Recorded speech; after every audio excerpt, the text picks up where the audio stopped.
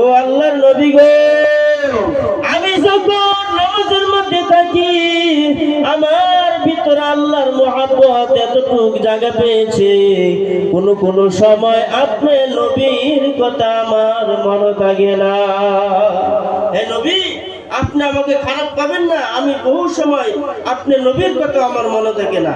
আল্লাহর নবী সাল্লাল্লাহু তাআলা আলাইহি ওয়াসাল্লাম ডাক দেয়া বলে, এ রাবিয়া বসরি রে,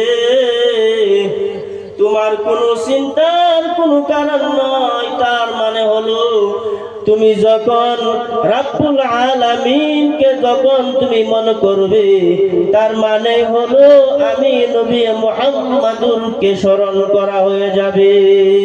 কুলিন কুনতুম তুহিব্বুনাল্লাহা ফাত্তাবিউনি ইউহিব্বুকুমুল্লাহু ওয়া ইয়াগফির লাকুম যুনুবাকুম।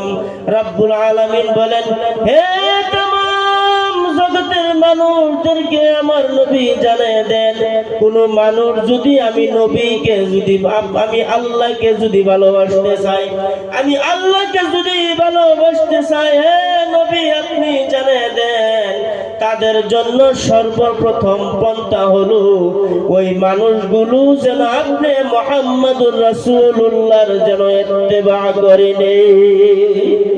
হে নবী, আপনি বলিয়ে দেন तमाम জগতের মানুষদেরকে, মহিলাদেরকে, পুরুষদেরকে, তাহারা যেন যদি আমি আল্লাহকে যদি ভালোবাসতে চাই, আমি আল্লাহকে যদি পেতে চাই, তাহারা যেন আপনি মুহাম্মাদুর রাসূলুল্লাহ সাল্লাল্লাহু আলাইহি ওয়াসাল্লামের যেন তারা ইত্তেবা করে, অনুসরণ করে, আপনার কথা যেন মানিয়ে চলে।